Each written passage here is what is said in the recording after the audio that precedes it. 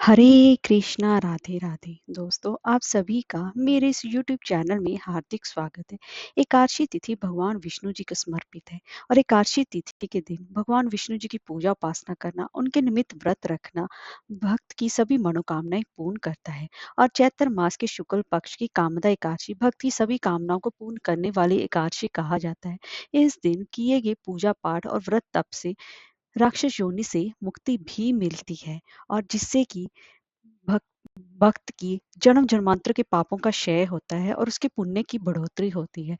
जितना विधान भगवान विष्णु जी की पूजा उपासना करने का एकादशी तिथि पर विधान है, उतना ही विधान एकादशी व्रत के पारण का भी है।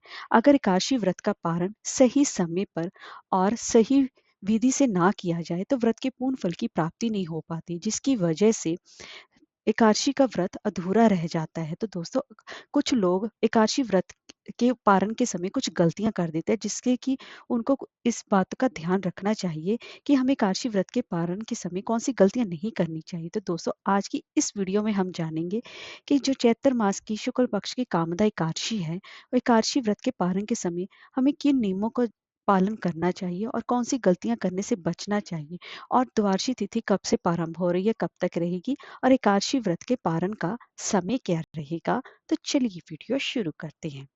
दोस्तों, एकादशी तिथि को सबसे कठिन व्रतों में से एक माना जाता है, जो कि दशमी तिथि से लेकर द्वादशी तिथि तक चलता है। दशमी तिथि से ही इसके सभी नियमों का पालन का होना शुरू हो जाता है। दशमी तिथि पर ही ब्रह्मचर्य का पालन करना, शाम के समय ही सूर्यास्त से पहले ही भोजन कर लेना उत्तम माना जाता है। और दशमी तिथि से लेकर द्वादशी तिथि तक प्याज लहसुन का प्रयोग करना वर्जित माना गया है। और इसी के साथ-साथ एकादशी तिथि पर चावल खाना भी वर्जित माना गया है। और अगर आप चावल खाते हैं तो इससे आपको रेंगने वाले जीव की योनि मिलती है, ऐसा शास्त्रों में बताया गया है। इसीलिए कुछ इन नियमों का पालन करने करके आप अपने व्रत के पूर्ण फल की प्राप्ति कर सकते हैं। तो दोस्तों, अगर आपने भी एकादशी का व्रत रखा है तो एकादशी व्रत के अगले दिन पारण के समय आपको क्या करना चाहिए और क्या नहीं करना चाहिए। एकादशी तिथि के अगले दिन जब आप सूर्योदय से पहले आपको उठना चाहिए और उसके बाद आपको गंगा जल मिले युक्त पानी से स्नान करना चाहिए। और हमेशा ही उसके बाद फिर भगवान विष्णु जी की पूजा उपासना करनी चाहिए। और अब हाँ, आप व्रत का पारण कर रहे हैं तो इस बात का विशेष रूप से ध्यान रखें कि जो एकादशी व्रत का पारण है वो हमेशा ही द्वादशी तिथि से ही पहले किया जाता है। और एकादशी व्रत का पारण पारण जो है वो हमेशा ही सूर्योदय के बाद एकादशी तिथि से पहले सॉरी द्वादशी तिथि से पहले ही करना उत्तम माना जाता है। और अगर आप द्वादशी के दिन पारण को नजरअंदाज करते हैं तो ये भी पाप करने के समान ही माना गया है। और एकादशी व्रत का पारण कभी भी हरिवासर के दौरान नहीं किया जाता। हरिवासर जो कि द्वादशी तिथि की पहली एक चौथाई अवधि होती है, हरिवासर का त्याग करना ही उत्तम माना जाता है। तभी एकादशी व्रत के पूर्ण फल की प्राप्ति होती है। और एकादशी व्रत के अगले दिन ब्राह्मणों को दान दक्षिणा देने के बाद ही व्रत का पारण किया जाता है। और वैसे सबसे उत्तम समय प्रातःकाल ही होता है। अगर आप किसी समय कारणवश आप प्रातःकाल व्रत का पारण नहीं कर पा रहे हैं तो मध्याह्न के बाद भी पारण करना चाहिए। इस बात का भी विशेष रूप से ध्यान रखें। अब आप जान लेते हैं कि आपको व्रत के पारण में क्या खाना चाहिए और किन चीजों से आपको दूर रहना चाहिए। देखिए दोस्तों, भगवान विष्णु जी को तुलसी दल अत्यंत ही प्रिय है। ऐसा कहा जाता है कि तुलसी के बिना भगवान विष्णु को भी भोग स्वीकार नहीं करते हैं। इसीलिए आप पारण के समय अगर आपको कुछ और नहीं भी मिल रहा है, किसी और चीज़ से वस्तु से पारण करना भी नहीं चाहते, सिर्फ़ एक आप तुलसी दल से ही अपने व्रत का पारण कर सकते हैं। सिर्फ़ मुँह में रखकर भगवान विष्णु जी का नाम जप कर कि मैं अपने व्रत का पारण कर रहा हूँ या कर रही हूँ, ऐसा करके मैं अपने एकादशी व्रत का आप पारण कर सकते हैं। और ये पारण और दूसरी चीज़ें हैं, अगर आप पारण के लिए खाना बना रही हैं, तो भोजन में गाय के घी का इस्तेमाल करना चाहिए क्योंकि उसे शुद्ध माना जाता है।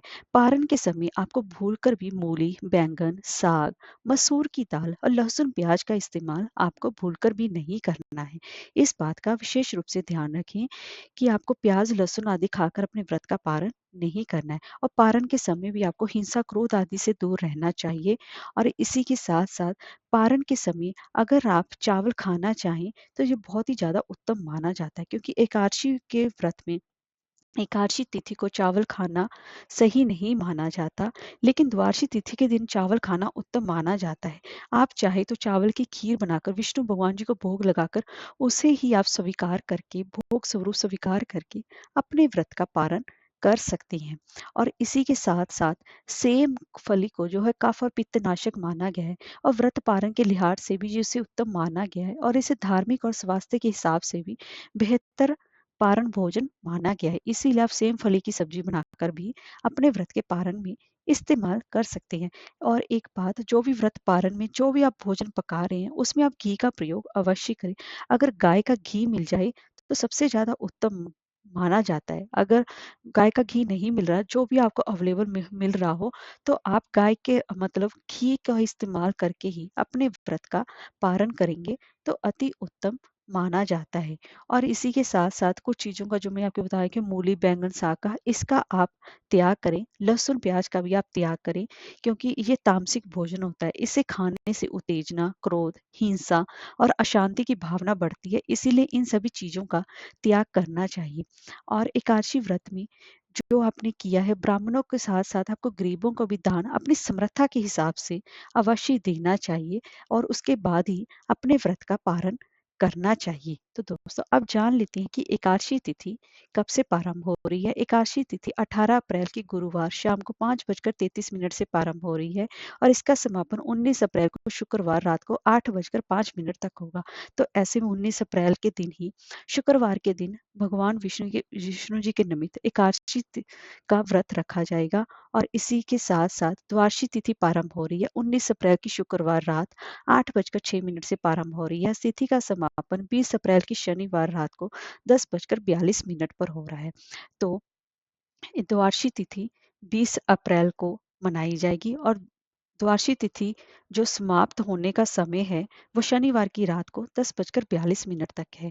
तो ऐसे में जो हरिवासर है, जो हरिवासर क्या है, जो द्वादशी तिथि की पहली एक चौथाई अवधि है, तो 20 अप्रैल की शनिवार की सुबह 1 बजकर AM, यानी कि सुबह के 1 बजे तक की रहेगी। जब आप सूर्य उदय होगा तब हरिवासर का समय निकल चुका होगा। आप प्रातः काल ही अपने व्रत का पारण कर सकती हैं।